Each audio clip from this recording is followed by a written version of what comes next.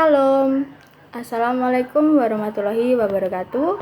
Sebelumnya, perkenalkan nama saya Maria Greti Ernindiana Maharani dengan NIM 78 dari Teknik Industri Win Sunan Kalijaga Angkatan 2023. Pada saat ini, saya berkesempatan untuk menyelesaikan suatu pemrograman mengenai modul 5, di mana di modul 5 ini kita sebelumnya membahas mengenai Matplotlib. Nah, sebenarnya Matplotlib ini tuh apa sih sebenarnya? Nah, Matplotlib ini merupakan sebuah library yang digunakan untuk membuat sebuah visualisasi statis, animasi, dan juga interaktif di dalam Python.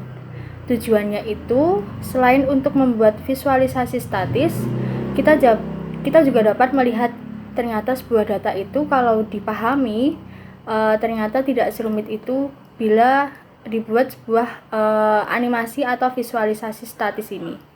Nah, dalam pembuatan Matplotlib ini ada beberapa jenis grafik yang ada di dalam sebuah Matplotlib ini. Yang pertama itu ada grafik garis, lalu ada histogram, terus ada scatter plot, lalu ada pie chart atau diagram lingkaran. Nah, Matplotlib ini biasanya digunakan bersamaan dengan NumPy dan juga Pandas. Seperti pada modul 3 sebelumnya, kita juga membahas mengenai Pandas. NumPy yang sebelumnya saya katakan itu merupakan sebuah perpustakaan untuk komputasi numerik menggunakan Python. Nah, saat ini saya berkesempatan untuk membuat suatu pie chart atau diagram lingkaran mengenai analisis tingkat kecacatan produk disholder bajak mini. Di sini ada jurnalnya, Universitas Islam Negeri Alauddin Makassar, yaitu analisis tingkat kecacatan produk disholder bajak mini di PT Sinar Semesta. Langsung saja kita ke pemrogramannya. Yang pertama itu ada import OS. Nah, ini sering digunakan seperti sebelum-sebelumnya. Sebenarnya fungsinya itu untuk apa sih? Nah, fungsinya itu untuk mengimpor modul OS yang menyediakan cara agar kita dapat berinteraksi dengan operation system. Nah, ini modul OS ini sangat berguna sekali untuk melakukan operasi pada sistem. Nah, seperti namanya saja udah operation system, kita dapat membuat sebuah seperti directory dan mendapatkan informasi-informasi terperinci dari sistem-sistem lainnya. Lalu yang kedua itu ada os.system dalam kurung petik CLS. Nah, ini gunanya itu untuk membersihkan layar, terminal atau command prompt. Nah, ini itu sebenarnya adalah perintah secara spesifik untuk sistem operasi di dalam Windows itu sendiri. Nah, lalu setelahnya itu ada import pandas SPD. Nah, ini ada di modul sebelumnya ya, ada di modul ketiga kalau nggak salah. Nah, sebenarnya apa sih import pandas SPD ini? Kita dapat mengimpor pandas menjadi PD. Sebenarnya pandas SPD ini PD-nya bisa diubah terserah dengan apa yang kita inginkan, tapi saya menggunakannya PD. Nah, seperti yang kita ketahui, Pandas itu adalah sebuah package berlisensi BSD dan open source yang menyediakan struktur dan analisis data yang mudah untuk digunakan. Pandas ini, seperti yang kita ketahui, digunakan agar kita dapat dengan mudah menggunakan dan menganalisis dari suatu data. Fungsi lainnya itu untuk penyajian, lalu ada sorting, dan juga ada penyimpanan. Nah, Pandas ini penting untuk digunakan di dalam Matplotlib ini juga ya teman-teman. Lalu setelahnya itu yang baris keempat ini ada import matplotlib.pyplot splt. Nah, sebenarnya gunanya matplotlib.pyplot ini apa sih sebenarnya? Nah, dengan menggunakan import matplotlib.pyplot splt ini, kita dapat mengimpor sebuah modul. Dimana seperti yang kita ketahui tadi, seperti yang saya jelaskan tadi, Matplotlib ini sebuah library yang digunakan untuk membuat visualisasi statis, animasi, dan juga interaktif di dalam sebuah Python. Nah, dengan memanggil Matplotlib ini, kita dapat membuat sebuah grafik, baik itu histogram, lalu ada grafik garis, lalu ada pie chart atau diagram lingkaran. Lalu setelahnya ada df sama dengan pd.read_excel. Nah, di dalamnya ini adalah file Excel yang ingin kita baca gitu. Nah, seperti yang kita ketahui teman-teman, pd.read_excel ini untuk membaca Excel yang kita buat, di mana Excel yang kita buat ini mengenai analisis tingkat kecacatan produk disholder Bajak Mini yang ada di PT Sinar Semesta. Nah, kita cocokkan dengan data yang ada di sini. Nah, ini ada, kita cocokkan dengan yang ada di sini. Nah, ini harus membuat Excelnya terlebih dahulu ya teman-teman. Nah, setelah dibuat Excel, nanti bisa dibuat satu folder, lalu kita bisa masukkan di dalam Explorer ini. Nah, untuk pemanggilan dari analisis, pemanggilan dari nama Excel ini juga harus spesifik ya. Kalau misalnya di sini ada angka awalnya itu besar, nah di sini juga harus besar, dan mengikuti terus-terusnya. Kalau misalnya teman-teman tidak bisa membuka dengan ini judulnya saja seperti ini, kita bisa pakai copy paste, yaitu pakai Shift plus Alt plus C. Kalau misalnya pakai copy paste ini saja belum bisa, nah kita bisa menambahkan R di depannya ini. Lalu ada skip footer.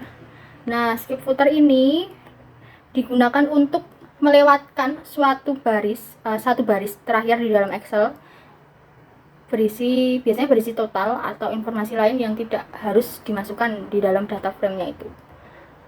Nah, selanjutnya itu ada data. Nah, data, lalu ada ini. Ada berapa ini? 1, 2, 3, 4, 5. Nah, ada 5 mengikuti ini.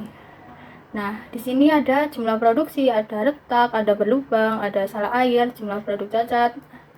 Di sini, kenapa periode itu tidak dimasukkan? Karena kalau misalnya dimasukkan itu nanti hasilnya error, teman-teman. Karena ini kan berupa periode bulan ya. Nah, ini bulannya itu di tahun 2021 kalau nggak salah.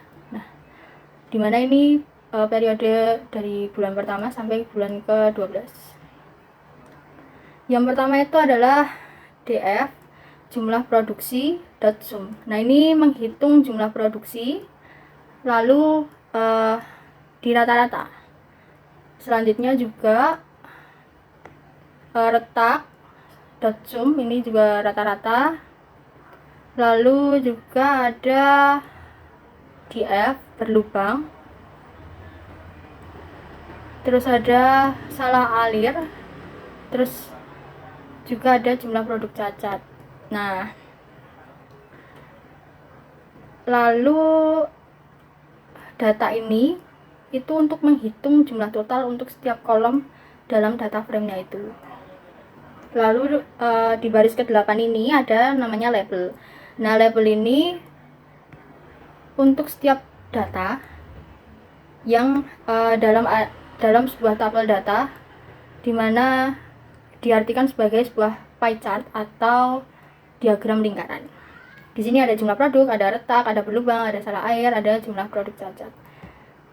Nah, kenapa di sini tadi saya bilang periode itu tidak bisa dimasukkan di dalam data ini, maksudnya di perhitungan ini, karena ini kan untuk menghitung rata-rata jumlah keseluruhan dari setiap perhitungan yang ada. Jadi dari sini jumlah produksi ini dihitung baru di rata-rata, retak itu nanti di rata-rata, terus salah alir itu di rata-rata, jumlah produk cacat juga di rata-rata. Nah itu tidak bisa dimasukkan karena ini tidak menghasilkan sebuah rata-rata, karena ini kan periode dalam bulan kan, bukan dalam angka gitu. Nah lalu ada plt.py. Nah kita akan memanggil plt.py. plt.py ini gunanya untuk membuat pie chart. Seperti yang saya bilang tadi, kita harus memanggil apa sih yang ingin kita buat dalam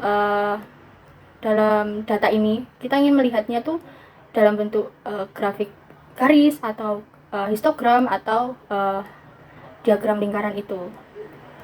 Di sini berupa data ini, keseluruhan ini, lalu ada labels itu jumlah produk, retak, berlubang dan sebagainya, lalu auto pick. Nah ini tuh berisi apa namanya persenan dari keseluruhan data itu. Lalu plt.legend. Nah plt.legend ini menampilkan legenda pada sebuah pie chart. Ini untuk memanggil legendnya itu sendiri. Nah plt.show ini, nah ini adalah akhirnya nih teman-teman, untuk menampilkan plot yang telah dibuat tadi. Nah penulisan plt ini harus selalu namanya apa sih, harus selalu konsisten ya dari awal ini. Misalnya di sini penulisannya itu pt, nah ke bawah ini juga harus pt. Kan kalau misalnya kita menulisnya di sini pt, di sini plt, nah itu tidak bisa teman-teman. Jadi dalam pembuatan sebuah data pada Python, khususnya di VS Code ini, kita harus memperhatikan apa namanya kata-kata dan juga tanda penggunaan di dalam sebuah program kita yang akan kita buat ini. Misalnya di sini kalau misalnya tidak ada dot, nanti ada peringatan gitu. Nah coba kita run.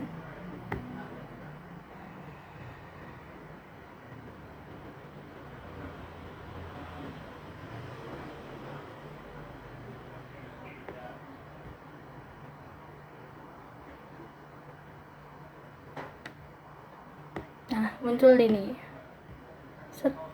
Nah di sini kita bisa lihat jumlah produknya itu ada 1080. Nah kita lihat persenannya di sini. Jumlah produk keseluruhan yang ada itu adalah 59,9%. Lalu jumlah produk cacatnya itu ada 420. Nah keseluruhan dibagi, jumlah produk keseluruhan dibagi dengan jumlah produk cacat ini dikalikan 100, maksudnya jumlah produk cacat dibagikan jumlah produksi dikalikan 100, hasilnya 23,3. Nah lalu di sini ada retak, berlubang dan juga salah alir. Nah retak ini ada 115. Perhitungannya seperti tadi. Berlubangnya itu ada 85 dan juga 85 dengan persentasenya itu adalah 4,7%, dan juga salah alir itu jumlah keseluruhannya itu 104 dengan persentasenya itu 5,8.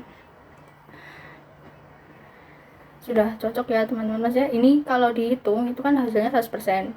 Nah berarti jumlah produk yang tidak cacat, retak, berlubang dan juga salah alir itu ada 59,9%-nya. Nah berarti ini adalah sisa jumlah produk yang benar-benar bagus, tidak ada kecacatan sama sekali. Sekian penjelasan singkat dari saya mengenai tugas modul 5 ini. Kurang lebihnya saya mohon maaf. Wassalamualaikum warahmatullahi wabarakatuh.